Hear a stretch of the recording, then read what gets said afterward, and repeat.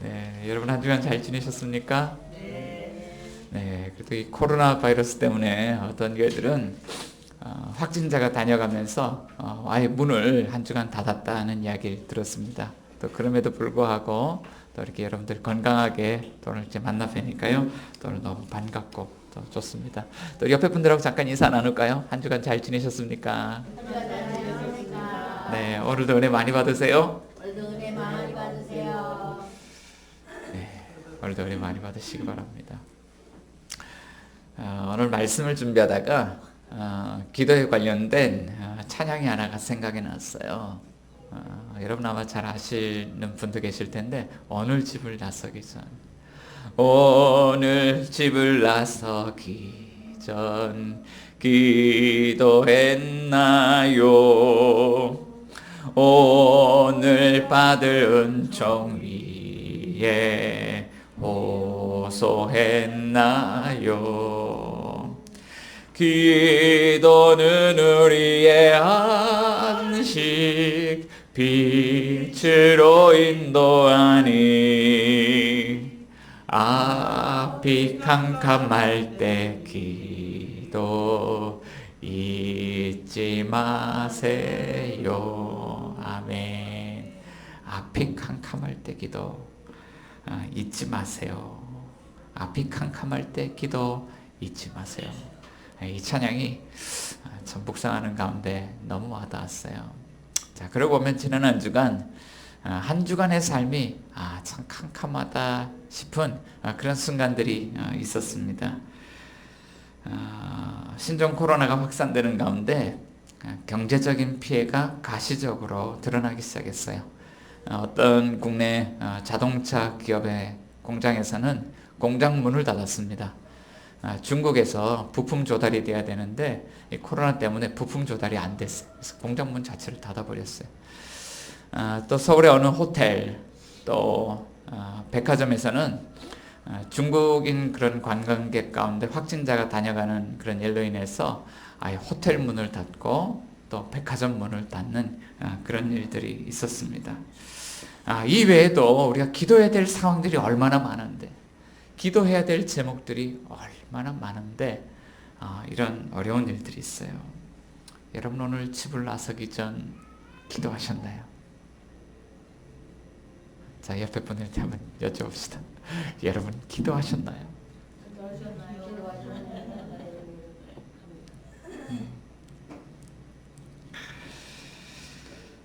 그러고 보면 예수님께서 우리에게 주기도문을 통해서 우리가 기도할 때 어떤 내용이든지 그런 모든 문제 사항들을 놓고 기도하라고 말씀하고 있습니다. 자, 그런데 우리가 하나님과의 관계에 있어서 또 우리의 삶에 찾아오는 모든 문제들을 놓고 또 세상의 그런 악한 문제를 놓고 이렇게 기도를 하는데, 자, 그런데 이런 기도가 가능하게 되는 이유는 무엇일까요? 자, 우리가 기도하면 하나님께서 응답해 주시니까 기도하라고 말씀해 주셨겠죠? 자, 그런데 이렇게 기도하면 이 기도가 가능하게 되는 이유가 뭘까? 주님 왜 우리에게 기도하라고 말씀하시는가? 근데 이 주기도문의 시작과 끝부분을 보게 되면요, 그래서 우리가 기도해야 되는구나, 기도해야 되는 이유, 기도해야 되는 근거가 이렇게 나와요. 자, 첫 번째 기도해야 되는 이유는요, 우리는 하나님의 자녀고 우리의 기도를 들으시는 하나님이 우리의 아버지이기 때문에 그렇습니다. 예수님께서 기도를 가르쳐 주실 때 너희는 이렇게 기도하라. 하늘에 계신 우리 아버지요. 하나님 누구라고 부릅니까? 하늘에 계신 우리 아버지. 자, 하나님과 우리 사이의 관계가 아버지와 자녀의 관계이고, 여기에 기도의 의미가 있죠. 기도는 하나님의 자녀들이 아버지께 나아가는 거예요. 자, 그렇기 때문에 주님은 하나님의 자녀인 우리에게 기도하라 이렇게 말씀하고 있죠. 자, 그런데 산상수훈의 말씀을 이렇게 쭉 보다 보면 주님께서 이 말씀을 계속 반복해서 말씀하시는 것을 볼 수가 있어요. 구하라, 그리하면 너에게 주실 것이요. 찾으라, 그리하면 찾아낼 것이요. 문을 두드리라, 그리하면 너희에게 열릴 것이다. 자, 이렇게 말씀하시는 근거, 마태복음 7장 9절 이하의 말씀 보니까 너희 중에 누가 아들이 떡을 달라 하는데 돌을 주며 생선을 달라 하는데 뱀을 줄 사람이 있겠느냐? 너희가 악한 자라도 좋은 것으로 자식에게 줄 알거든 하물며 하늘에 계신 너희 아버지께서 구하는 자에게 좋은 것으로 주시지 않겠느냐. 하늘에 계신 우리 아버지, 그분이 우리 아버지이기 때문에 나가서 기도하고 간구하면 아버지는요 좋은 것으로 주신다. 자, 주님이 그러니까 우리에게 기도하라고 말씀하시는 거예요. 자, 그런데 우리의 기도를 가능하게 하는 두 번째 이유, 두 번째 근거가 있습니다. 자, 우리는 왜 하나님 앞에 기도해야 될까요?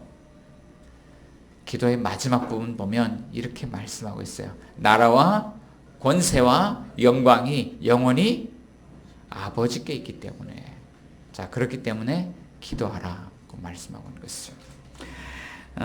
이 마지막 부분에 괄호 열고 나라와 권세와 영광이 영원히 아버지께 있사옵나이다. 이 기도는 엄밀히 말하면 예수님께서 제자들에게 직접 가르쳐 주신 기도의 내용은 아니에요. 그리고 괄호로서 표시하는 것은 이유가 있습니다. 이것이 초대교회 신자들이 예배를 드릴 때 주기도문을 예배 가운데 공동기도문으로 사용했는데 그 예배 공동기도문 가운데 이 부분이 포함되어졌다는 거예요. 자, 시간이 2000년이라는 시간이 흘렀습니다. 자, 오늘 우리도 이 부분을 가지고 함께 공동기도를 드립니까? 안 드립니까? 대개 나라와 권세와 영광이 영원히 아버지께 있사옵나이다. 자, 우리도 똑같이 그렇게 고백을 하고 있죠. 자, 그러니까 교회의 전통 가운데 예배의 전통이 있는데 이 예배의 전통 가운데 들어왔던 내용들이 초대교회 때부터 삽입되어져서 오늘 우리도 동일하게 공동기도문으로 사용하고 있다는 것이죠. 자, 그런데 여기서 대개 나라와 이제 본문에서는 포함되어 있지 않는데 원문에서는 대개라는 단어가 포함이 되어져 있어요. 어떤 의미냐면 왜냐하면 이런 의미예요. 자, 우리는 주님께서 가르쳐 주신 내용대로 하나님 앞에 나와서 기도합니다. 하나님의 이름이 거룩히 여김을 받으시고 하나님 나라가 임하고 하나님의 뜻이 하늘에서와 같이 땅에서도 이루어지고 우리의 일용할 양식을 위해서 우리의 매일의 용서를 위해서 또 시험 드는 문제를 위해서 세상의 악을 위해서 다만하게서 구하시옵소서. 우리가 이런 제목을 가지고 다 기도를 해요. 자, 그리고 우리는 하나님께서 이렇게 기도할 때 응답해 주신다는 것을 믿어 의심하지 않습니다. 자, 이때 초대교회 신자들은 이렇게 기도를 마무리했습니다. 왜냐하면 나라와 권세와 영광이 영원히 아버지께 있기 때문입니다. 아멘. 그렇게 될 줄 믿습니다. 이렇게 기도했다는 거예요. 자, 그러니까 이 기도의 마무리, 괄호 속에 들어가는 이 삽입된 기도의 마무리는 초대교회 신자들이 공동체적으로 하나님에 대한 신뢰를 고백하고 하나님에 대한 찬양으로 기도를 마무리했다는 것을 우리는 알 수 있죠. 자, 그런데 이것이요 전통에 따라서 들어가는 거예요. 교회 예배의 전통에 따라서. 그런데 이것이 성경을 읽어보면 대단히 성경적인 것을 알 수 있어요. 구약 성경 가운데 시편의 말씀들을 읽어보면 이 시편 안에는 예배와 기도에 대한 풍성한 내용을 담고 있습니다. 자, 복 있는 사람, 어떤 사람입니까? 오직 여호와의 율법을 즐거워요. 그 율법을 죄로 묵상합니다. 하나님을 예배하는 사람, 주님을 경외하는 사람, 주님을 사랑하는 사람 복이 있어요. 자, 그런데 시편의 내용을 보니까요, 주기도문에서 주님께서 가르쳐 주셨던 그 기도에 보면 모든 내용들이 다 들어가 있어요. 때로는 원수들에게 둘러싸이고, 때로는 쫓김을 당하고 있고, 때로는 피난처가 없어서 막 두려워서 어찌할 줄 모르고, 때로는 친구들에게 배신을 당하고 외롭고, 때로는 사람들에게 버림을 당하고, 때로는 질병이 들었어요. 막 온몸이 다 죽어가고. 자, 이런 일들 때문에 시편의 기자는요, 때로는 울고 분노하고 두려워 떨고 괴로워하고 슬퍼하고 눈물로써 침상을 적시며 하나님 앞에 기도하는 모습을 보게 돼요. 자, 그런데 시편의 뒷부분으로 갈수록 이 시편의 내용은 어떻게 변화가 되냐면 절망으로 가득해지는 것이 아니라 소망으로 가득해지고 결국엔 하나님에 대한 찬양과 신뢰에 대한 고백으로 가득해지는 것을 볼 수 있어요. 여호와께 감사하라. 그는 선하심이 인자하심이 영원하미로다. 시편 144편 말씀 보니까 나의 반석이신 여호와를 찬송하리로다. 시편 145편에서는 왕이신 나의 하나님이여 내가 주를 높이고 영원히 주의 이름을 송축하리이다. 할렐루야 주의 이름을 송축하라 주의 이름을 찬양하라. 그러면서 시편 150편 마지막의 내용이 할렐루야 그의 송서에서 하나님을 찬양하며 그의 권능의 공창에서 그를 찬양할지어다. 삶에 많은 문제들이 있지만 교회의 예전적인 전통을 보면 후반부로 갈수록 소망이 가득 차고 후반부로 갈수록 하나님께 영광 돌리는 모습을 보게 돼요. 신약 성경은 어떨까요? 여러분, 우리가 잘 부르는 찬양 가운데 이런 찬양이 있습니다. 제목이 우리 보좌 앞에 모였네. 자, 부제목이 비전이라는 찬양입니다. 이 찬양의 후렴구에 보면 이런 가사가 있습니다. 구원하심이 보좌에 앉으신 우리 하나님과 어린 양께 있도다. 구원하심이 보좌에 앉으신 우리 하나님과 어린 양께 있도다. 구원하심이 보좌에 앉으신 우리 하나님과 어린 양께 있도다. 아멘. 네. 그런데 이 찬양이 어디에 기록되는지 아세요? 요한계시록 7장 10절에 나오는 찬양의 내용이에요. 자, 이 땅에서 영적 전투 가운데 씨름하며 살아가던 교회의 신자들, 하나님 나라의 백성들이 이제 구원받아서 천국 백성으로서 하나님을 예배하는 모습입니다. 그때 수많은 성도들이 모여서 이 성경에 어떤 그런 그들의 모습을 보여주고 있냐면 수많은 성도들이 모여서 하나님을 예배하는데 이렇게 예배하고 있어요. 구원하심이 보좌에 앉으신 우리 하나님과 어린 양께 있도다. 자, 그들의 예배드리는 모습 속에서요, 이런 내용을 찾아볼 수가 없어요. 하나님, 오늘도 일용할 양식 해결해 주셔서 감사합니다. 하나님, 오늘 우리가 시험에 들어서 이렇게 힘들고 어려운 상황 가운데 있었는데 시험을 잘 이기고 극복하게 해주셔서 감사합니다. 하나님, 우리 삶에 찾아오는 이런 악과 고난의 문제가 있는데 이 악과 고난의 문제로부터 승리할 수 있도록 도와주셔서 감사합니다. 자, 이런 내용이 아니죠. 이렇게 모아져요. 구원하심이 보좌에 앉으신 우리 하나님과 어린 양께 있도다. 하나님과 어린 양께요, 모든 영광과 관심과 그 찬양이 집중되어지는 그런 예배의 모습을 바라볼 수 있습니다. 자, 그렇다면 오늘 우리의 기도가 가능하게 되는 두 가지 이유가 있습니다. 첫 번째는 우리의 기도를 들으시는 하나님이 하늘에 계신 우리의 아버지이기 때문이다. 기도는요, 아버지께 나아가는 거예요. 아빠, 나 이렇게 아빠한테 기도 제목이 이렇게 많이 가지고 있는데 아빠한테 이야기할 게 너무너무 많아요. 아빠. 그러면서 나가는 게 기도죠. 자, 그런데 기도가 가능하게 되는 두 번째 이유가 있습니다.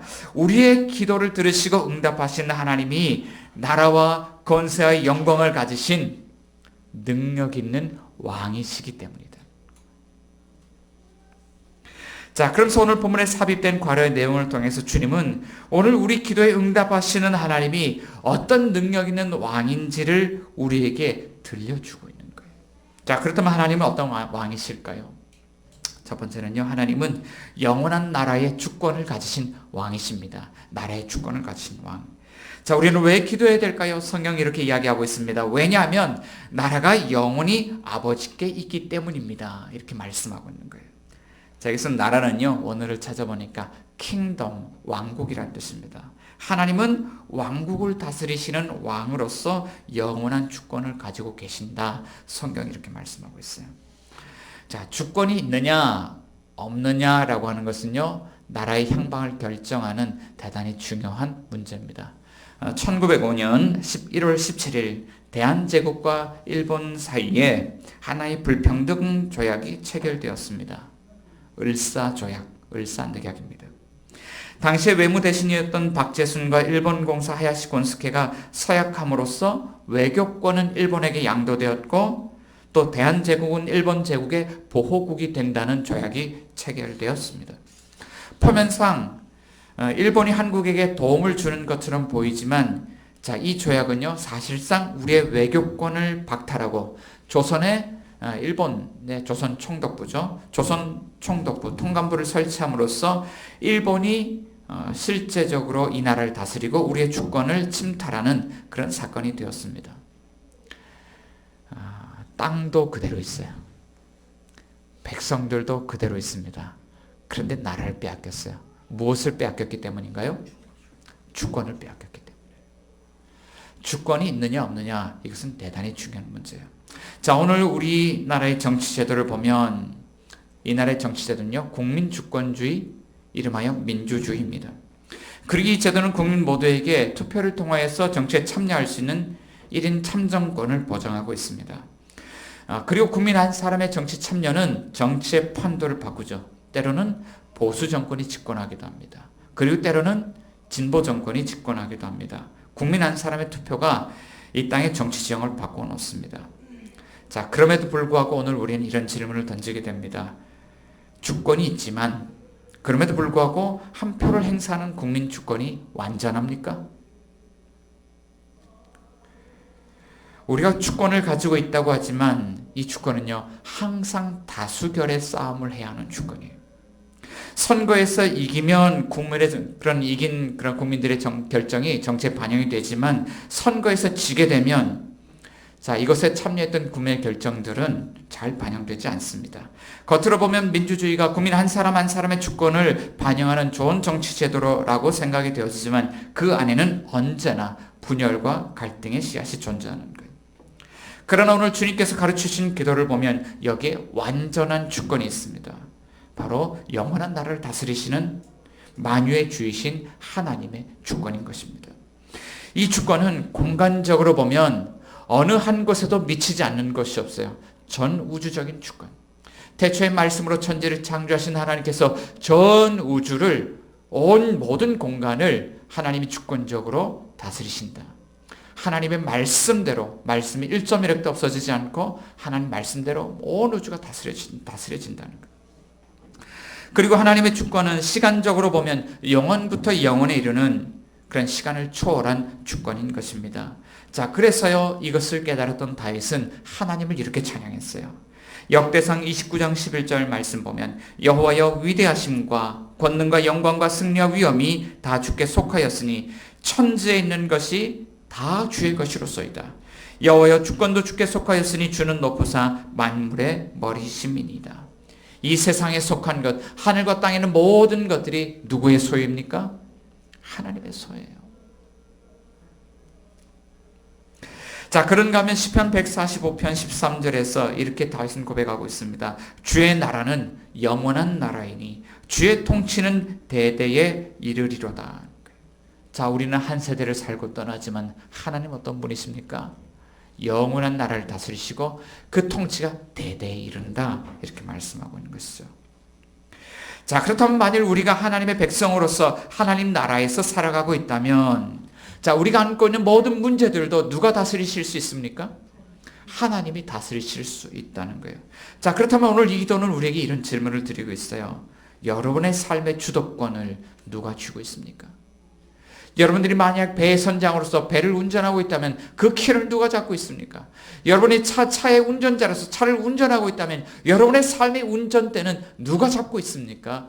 오늘 이 기도는 우리에게 이것을 묻고 있다는 거예요.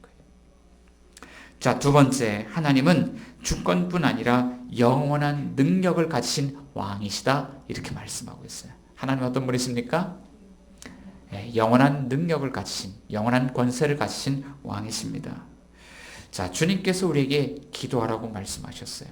왜 기도해야 될까요? 초대교회 신자들은 이렇게 답합니다. 왜냐하면 영원한 권세가 아버지께 있기 때문입니다. 권세가 아버지께 있어요. 자, 여기서 권세라는 단어를 성경에서 원어를 찾아보니까요, 능력이라는 뜻으로 번역이 돼요. 디나미스, 능력. 영어로는 파워. 자, 파워입니다.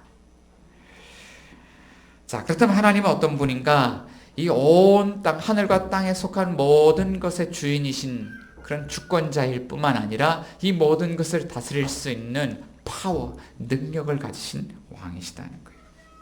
하나님의 능력을 보았던 성경의 인물들은 그 능력을 이렇게 고백했습니다. 신명기 3장 24절에 모세가요, 하나님의 능력을 보고 이렇게 고백합니다. 주 여호와여, 주께서 그의 크심과 주의 권능을 주의 종에게 나타내시기를 시작하셨사오니 천지간에 어떤 신이 능히 주께서 행하신 일, 곧 주의 큰 능력으로 행하신 일 같이 행할 수 있으리이까.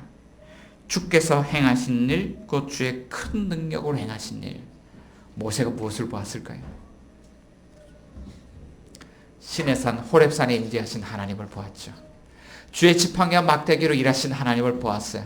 애굽 땅에 있는 그런 바로와 애굽 땅의 모든 신들을 심판하신 하나님을 보았어요. 홍해를 가시는 하나님을 보았어요. 또 불기둥과 구름기둥으로 우리 가운데 동행하시는 하나님을 보았어요. 만나온 메추라기를 주셨어요. 반석에서 물을 마시게 해주셨어요. 40년 동안 이스라엘 백성들을 머리카락 하나 상함없이 하나님께서 그들을 인도하시고 보호하시는 것을 모세가 보았어요. 그리고 신명기에서 이렇게 설교하는 것입니다. 이 주의 큰 능력을 보았다. 하나님이 일을 행하셨다고 고백하고 있는 것이죠. 자, 오늘 저도 이렇게 이 말씀을 이렇게 묵상해 보면요, 저는 능력은 없는데 하나님이 능력이 있으신 거예요. 자, 그런가 하면 열왕기상 18장 46절에서 이렇게 말씀해요. 여호와의 능력이 엘리야에게 임하매. 엘리야에게 임했던 여호와의 능력은 무엇일까요? 이스라엘 나라 가운데 3년 6개월 동안 극심한 가뭄이 임했습니다. 자, 이것은 하나님께서 엘리야에게 예언하라고 주셨던 말씀대로 가뭄이 찾아온 것이었어요. 자, 그리고 엘리야가 숨었습니다. 자, 그리고 이 땅 가운데 가뭄이 찾아왔는데 아합과 이세벨이라는 그런 왕과 왕비가 문제를 바알과 아세라를 섬기는, 우상을 섬기는 일을 통해서 문제를 해결해 보려고 합니다. 그러나 3년 6개월 동안 비는 내리지 않았어요. 자, 그렇지만 엘리야가 나타났습니다. 갈멜산에서 이 바알과 아세라 선지자들과 전투를 합니다. 그리고 그들을 다 처단합니다. 그리고 하나님 앞에 무릎 꿇어서 기도합니다. 자, 하나님께서 우리에게 비를 주실 것입니다. 자, 그런데 기도할 때에 그때 큰 비가 몰려요. 시꺼먼 고래 몰려오면서. 자, 이때 성경 기자가 우리에게 들려주는 이야기는 이것입니다. 여호와의 능력이 엘리야에게 임하였다는 것입니다. 자, 그러니까 성경 기자들은 곳곳에서 하나님의 그런 능력을 묵상할 때마다 이렇게 고백합니다. 시편 89편에서는 주의 팔에 능력이 있습니다. 시편 93편에서는 여호와께서 능력으로 옷을 입으시고 띠를 띠우셨습니다. 이렇게 말씀하고 있다는 거예요. 자, 그렇지만 세상 사람들, 하나님을 알지 못하는 사람들은 이런 것들을 능력이라고 생각해요. 여러분은 무엇이 능력이라고 생각합니까? 사람들이요, 돈이 능력이다 라고 생각해요. 돈이 능력이다. 저는 가끔 이런 이야기를 들으면 참 이 세상이 얼마나 서글프게 느껴지는지 몰라요. 여러분 200충, 300충, 500금수저 이런 말 들어보셨습니까? 초등학교 사이에서 초등생들 사이에 유행하는 말인데 월 200만 원 버는 아버지는 200충이에요. 200만 원 버는 벌레. 300충은 300만 원 버는 벌레.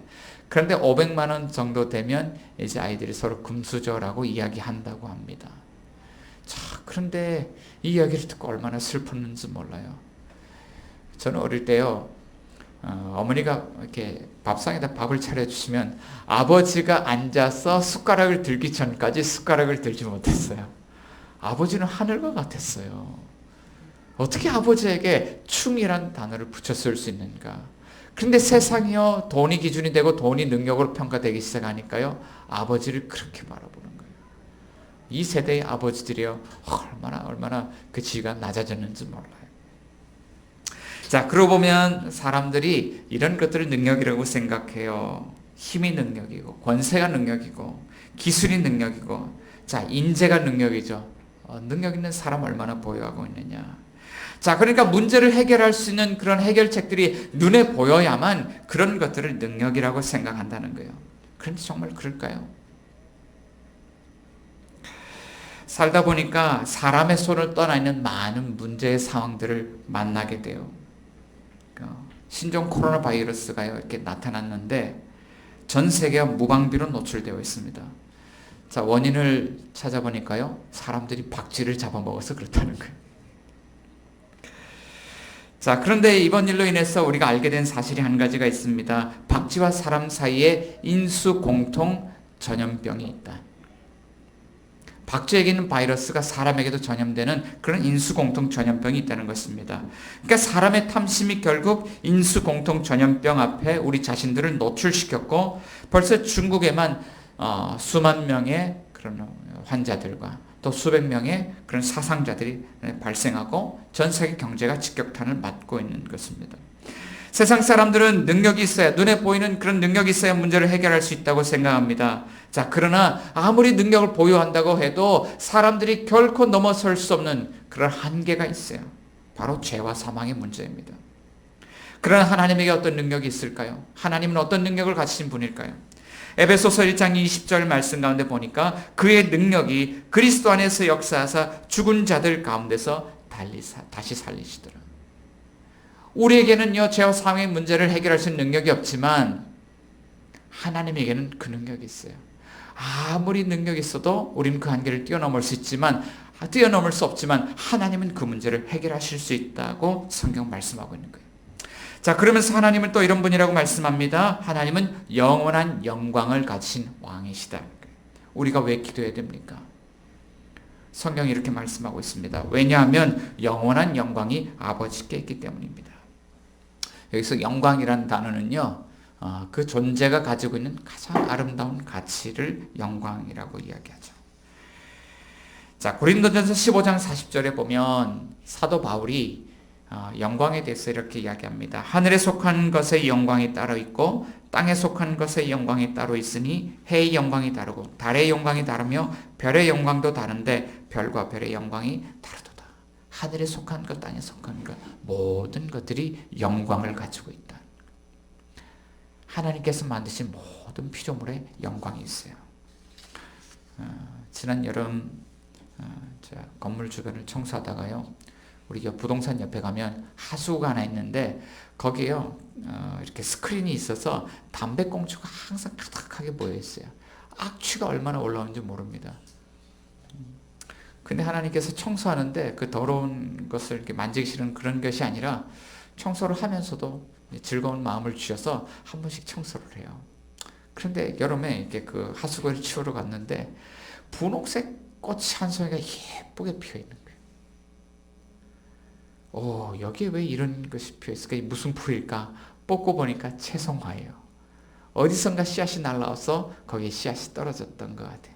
그래서 하수구 옆에 놔두는 게 너무 아까워서요, 제가 화분에 옮겨 심었는데 아직도 저기 뒤에 화분에 살아 있습니다. 지난 여름에요, 이 채송화가요, 꽃이 꼭 한 송이만 펴요. 한 송이만 피는데 한 송이가 피고 지면 또 한 송이가 올라오고 또 지면 또 한 송이가 올라오고, 지난 여름에 얼마나 큰 기쁨을 주었는지 몰라요. 자, 이 꽃 한 송이도요, 이런 영광을 가지고 있는데, 자, 씨앗이 언제 맺힐까 기다렸어요. 근데 분명히 씨앗이 맺혔는데 씨앗이 다 사라지고 없어요. 근데 씨앗을요, 어느 날 이렇게 확인을 해봤는데 씨앗이 얼마나 작은지 철가루 같이 이렇게 아주 미세한 가루인 거예요. 이 씨앗 하나에서 이렇게 예쁜 식물이 올라오는구나. 상상이나 했겠습니까? 자, 그러고 보면 하나님께서 이 식물 하나를 만들 때 씨앗 하나에 이 채송화가 올라와서 이렇게 아름다운 분홍색 예쁜 꽃을 피우도록 하나님께서 이 식물 가운데 영광을 심어 놓으셨다는 거예요. 그런데 모든 피조물들이 그런 영광이 있어요. 식물도 동물도 사람도 그런 영광이 있어요. 어떤 사람은요, 노래를 참 잘 불러요. 어떤 사람들은 말을 참 잘합니다. 어떤 사람들은 학문을 연구할 수 있는 뛰어난 지혜를 가지고 있습니다. 또 어떤 사람들은 운동을 잘합니다. 사람들마다 이런 아름다운 영광을 한 가지 다 가지고 있어요. 자, 우리 옆에 사람 한번 볼까요? 자, 하나님의 아름다운, 하나님의 영광이 당신에게 있습니다. 한번 이렇게 이야기해 봅시다. 하나님의 영광이 당신에게 있습니다. 자, 근데 하나님께서 우리에게 이렇게 영광의 그런 씨앗들을 심어 주셨는데 목적이 무엇일까요? 이런 하나님께서 주신 영광을 가지고 잘 먹고 잘 살라고 우리에게 이런 영광 주셨을까요? 모든 피조물 가운데 하나님께서 영광을 심어 놓으신 이유가 그냥 이 세상이 그냥 아름답게 보이기 위해서 그냥 하나님께서 그렇게 놓으셨을까요? 자, 성경 기자는 이렇게 이야기를 하고 있어요. 시편 66편 보니까요, 온 땅이여 하나님께 즐거운 소리를 낼지어다. 그의 이름의 영광을 찬양하고 영화롭게 찬송할지어다. 자, 하나님께서 이런 영광을 심어 놓으신 이유는요, 하나님의 이름이 온 땅에서 높임을 받고 찬송받으시려고. 자, 그리고 하나님은 또 이렇게 말씀하십니다. 이사야서 42장 8절에 나는 여호와이니 이는 내 이름이라. 나는 내 영광을 다른 자에게, 내 찬송을 우상에게 주지 아니하리라. 하나님은 결코 자신의 그 아름다운 영광을 사람이나 어떤 피조물이나 우상에게 빼앗기지 않을 거라고 말씀하고 있어요. 자, 이 영광이 영원히 누구에게만 있습니까? 아버지에게만 있다는 거예요. 장로신학대학을 이렇게 다닐 때 교정에서 이렇게 공부를 하는데, 자, 그 교정 가운데 비석이 하나 있는데 거기에 이런 글귀가 하나 쓰여져 있어요. Soli Deo Gloria. 라틴어인데요. 자, 이 문구의 뜻은요, 오직 하나님께 영광을 이라는 뜻이에요. 예배의 첫 번째 목적, 하나님을 예배하는, 자, 우리의 신앙의 첫 번째 목적, 웨스트민스터 신앙 고백, 그것은요, 하나님께 예배하는 것, 영광 돌리는 것이라고 이야기를 하고 있습니다. 자, 그렇다면 우리는 기도의 자리에서 모든 문제를 하나님의 주권과 능력 앞에 맡겨드리고요, 결국 믿어 순종하는 삶을 통해서 하나님의 영광 받으신다는 것을 믿고 우리는 살아가야 되지 않습니까? 그런데 그게 잘 되나요? 제가 잘 안 되는 것 중에 하나는요, 이것이었어요. 믿는 게 잘 안 되더라고요. 언젠가 한 번은 목사님들과 모임을 갖는 중에 삶의 근황을 나누고 교회 근황을 나누고 사역에 대한 어려움들을 나누었습니다. 그러니까 목사님들이요, 기척 상황에서 얼마나 어려움들이 많은지 몰라요. 각자 많은 이야기들 합니다. 또 큰 교회 목사님들도요, 어려워 죽겠어, 힘들어 죽겠어, 다 이런 이야기를 해요. 그래서 저도 이렇게 나누었습니다. 사역을 하다 보니까요, 얼마나 힘든지 힘든 것들을 쭉 이야기를 했어요. 그런데 대화를 다 나누고 식사를 하고 차를 마시고 난 다음에 나중에 어떤 목사님이 살짝 저에게 오셔서 이렇게 말씀하는 거예요. 목사님 이야기 들으면서 참 공감이 되고 그러는데, 목사님의 대화를 가만히 듣다 보니까 이 사역 현장에서 하나님의 역사하심에 대한 기대감, 또 하나님의 역사하신 것에 대한 감사함, 이런 것들은 듣기가 어렵고 상황 탓에 대한 이야기들이 많은 것 같아. 한번 생각해봐 그러시더라고요. 그래서 제가 깜짝 놀랐어요. 이야기를 듣고 난 다음에 가만히 이야기 내용을 살펴보니까요, 제가 상황 탓을 참 많이 하고 있더라고요. 그러면서 제 안에 들을 때는 별로 기분이 안 좋았어요. 이렇게 하나님의 역사하심에 대한 기대감은 없고 이 상황 탓만 많이 하는 것 같아요. 별로 기분이 안 좋죠. 자, 그런데 생각을 해보니까 제 마음속에 내가 이렇게 불신앙으로 가득하고 내가 주님께 이렇게 말씀대로 살지 못하고 불순종하는 삶을 살아왔구나. 자, 그리고 결정적으로 한 가지 문제를 발견했는데, 나에게 문제가 있다는 사실을 내가 이야기를 하지 않는구나.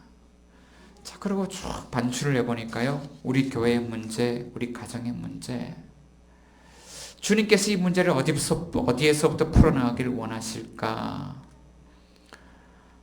내가 변화되어야 되는구나. 내가 문제구나. 변화는 다른 사람에게서부터 시작되는 것이 아니라 나에게서부터 시작되는 것이구나. 자, 그러면서 그런 것들을 깨닫게 되었어요. 자, 우리는 살아가면서요, 신앙생활 가운데 가장 어려운 게 뭐냐면 믿는 거예요. 정말 이 모든 문제에 대해서 주님이 컨트롤 하실 수 있고 주님이 해결하실 수 있다는 것을 믿어야 되는데, 그것을 믿지 못하고 항상 우리는 무언가를 해야 될 것처럼 생각하고 잘 안 되니까 두려워하고 불안해하고 분노하고 떨고 그런다는 거예요. 그러면서 계속 나에게 문제가 있는 것이 아니라 계속해서 상황 탓을 하게 돼요. 그런데 여기에 신앙의 딜레마가 있죠. 우리의 기도가 가능한 이유 두 가지가 있어요. 하나님의 자녀로서 이 문제들을 가지고요, 하나님께 우리는 이 문제를 가지고 나아갈 수 있죠. 그분이 아버지이기 때문에, 나를 사랑하신 아버지이기 때문에. 자, 그런데 한 가지 딜레마는 이것입니다. 하나님이 우리를 사랑하시는 아버지면은 분명하지만 또 두 번째, 거룩하고 존귀한 하나님 나라의 왕이라는 거예요. 이 나라는 거룩한 백성만이 들어갈 수 있는 나라예요. 거룩한 백성만이 하나님 앞에 설 수 있는 나라예요.